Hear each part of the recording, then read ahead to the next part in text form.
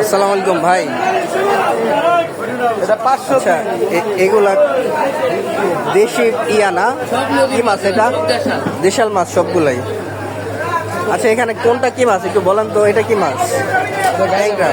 দেশাল ট্যাংরা এলো নদীর বাম, এটা হলো নদীর কালীবাউস, কালীবাউস না? এটা হলো গুতুম মাছ, এটা হবে গাইডা বাসা, পদ্মার মাছ, এলো বাতাসি, তিন কাটা বাতাসি, সব নদীর মাছ। এলো তারা বাম, এটা হবে কাকলা মাছ, সব নদীর মাছ। আরো আইটেম ছিল, বিক্রি হয়ে গেছে। চিংড়ি মাছ ছিল, আরো ভালো ভালো মাছ ছিল, বিক্রি হয়ে গেছে। এটা কি মাছ এটা? এটা হলো তারা বাম, আর এটা হলো শাল বাম। এটা বামের মধ্যে কোনটা একটু স্বাদ বেশি, কোনটা স্বাদ বেশি? এটা তারা বামের স্বাদ বেশি। এর দাম বলেন তো, কোনটা কত করে? এটা বেশি 1200, এটা 1000, এটা বেশি 1300, 1400। সাইজ বড় হলে এটা কত করে? এটা 1300 টাকা কেজি বিক্রি করতে। আর এই কালীবাউসটা? কালীবাউস 350 টাকা কেজি। কেজি 350 না? বড় হইলে আরো দাম বেশি। ট্যাংরা বিক্রি করতে 700।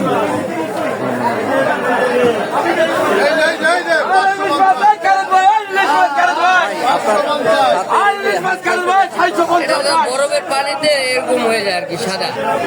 সারাদিন পানি লাগান না দেখি? সারাদিন পানি ছেড়ি না। আপনি কোনো মেডিসিন দেন, কিছু দেন হাতের মধ্যে? না, কিছুই দেন না? আচ্ছা ভাই, আপনার নামটা কি? একটু নামটা একটু আমার বলুন। নাম মোহাম্মদ আরকান শেখ। বাড়ি কোথায়? বাড়ি আমাদের এখানে সর্বসা।